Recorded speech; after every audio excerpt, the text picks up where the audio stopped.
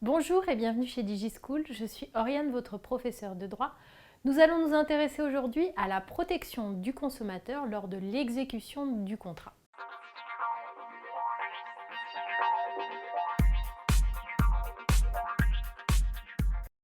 Le droit de la consommation protège le consommateur également lors de l'exécution du contrat. Tout d'abord, grâce à la nullité des clauses abusives. Alors, lorsque un consommateur souscrit un contrat, il pourrait, du fait de sa situation de non professionnel, accepter des clauses qui peuvent être jugées comme abusives. Alors, une clause abusive, c'est une clause qui fait naître un déséquilibre qui est manifeste entre les deux parties au détriment du non-consommateur. L'effet, c'est que ces clauses sont considérées comme nulles. Mais le contrat va subsister, c'est simplement, on va faire comme si les clauses n'existaient pas. Le contrat subsistera, il sera appliqué, mais on fera abstraction des clauses qui sont considérées comme abusives.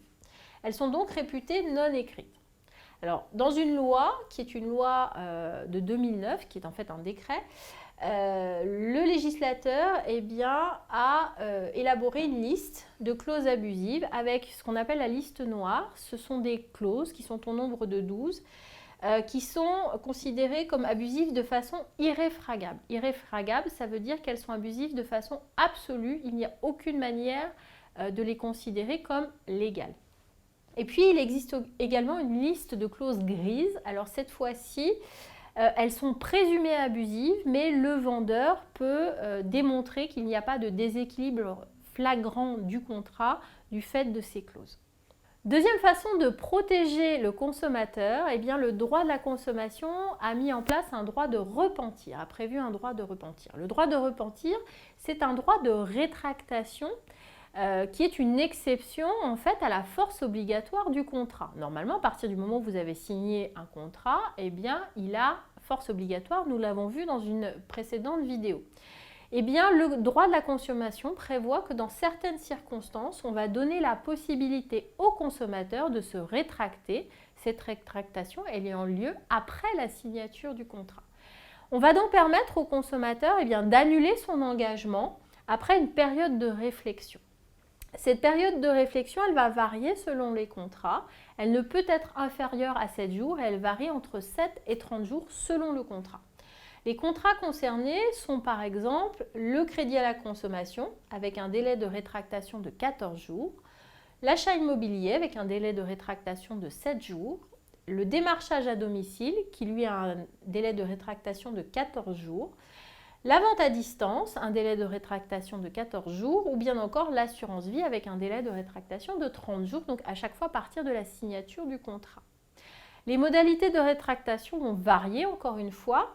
Ça peut être le renvoi d'un formulaire, ça peut être l'envoi d'un recommandé en général, courrier avec accusé de réception, ou ça peut être également le renvoi de la marchandise. Dernière façon de protéger le consommateur, la protection du consommateur contre le défaut de la chose vendue. Alors, première protection, la garantie des vices cachés et deuxième protection, la garantie légale de conformité. La garantie des vices cachés, c'est à partir du moment où on constate un vice, que ce vice est grave, qu'il rend l'objet impropre à l'usage auquel il était destiné, l'acheteur peut exiger du vendeur qu'il lui restitue le prix d'achat ou la réparation du bien le cas échéant. Deuxième garantie, la garantie légale de conformité. Cette fois-ci, dans un contrat de consommation, le vendeur a l'obligation de répondre des défauts de conformité du bien qu'il vend au consommateur. Dans ce cas-là, le consommateur il doit uniquement prouver qu'il ne peut pas faire un usage habituel du bien qui lui a été vendu.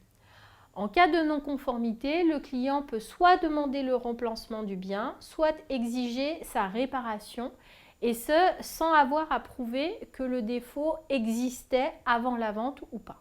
J'espère que cette vidéo vous aura été utile. Je vous invite à vous abonner à notre chaîne.